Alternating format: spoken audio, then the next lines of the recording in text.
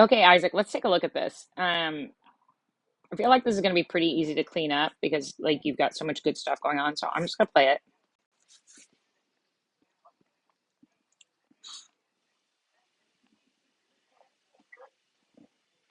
Okay, dude, what's the slowest part of this?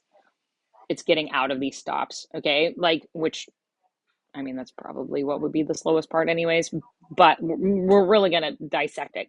Monster start here, dude. Just killer start. Just a little thing. Just get the stick, just get your head and stick pointed that way. Okay, it's just another thing that's gonna get you a fraction of a second. So just get everything pointed this way. All right, but look at this monster start. And let's take a look at where your head stays.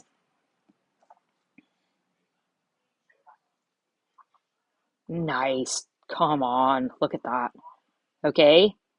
So also, um, really nice. Lean into this, right? Your body gets on this really strong trajectory right towards where you're going, and your head height doesn't just stay the same, you actually get a little lower. Look at monster inside edge push, massive outside edge push, and then look at this full extension coming out. Okay. Just yeah. And look at how much ice you eat up. You're like halfway, well, like a third of the way through the neutral zone just on that start. Okay. Um, we can still get a little more shin angle. I think part of what it is the way you're kicking your foot out on the stride return, you're flattening out your shin. So just make sure that you're leading knee first. So think of it as being like knee first on the stride return. I don't know if that drawing helps understand. Helps. So see how it's knee, your knees in front, and then this foot kicks out. If you could land with it, just with your foot slightly further back, so that we're maintaining more of a shin angle. Okay, and then you're really sinking into that glide leg. Okay. All right. So now let's look at the stop because this is the thing that is slowing down everything. And I mean, I feel like if you were sitting here and we were looking at this, you would tell me like two of the things that we see going on. So, your body's split in half, right? So your upper body is still going this way while your upper body is getting set to go this way. And then we're under using this outside edge. So, and this outside leg is extended. So these legs need to work like shock absorbers.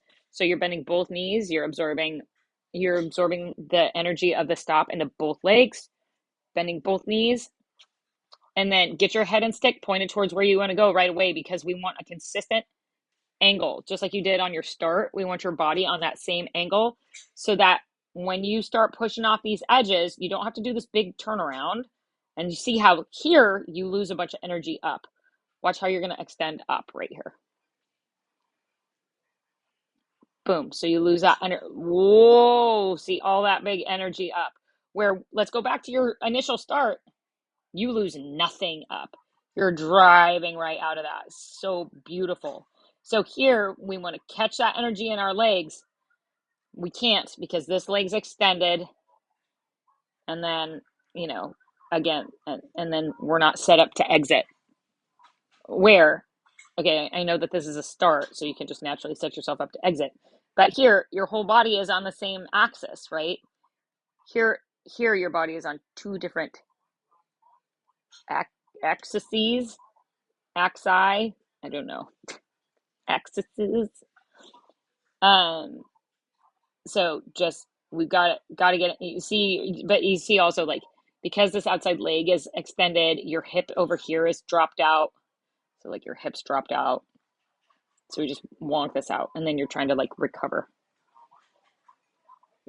Look at that, nice full extension.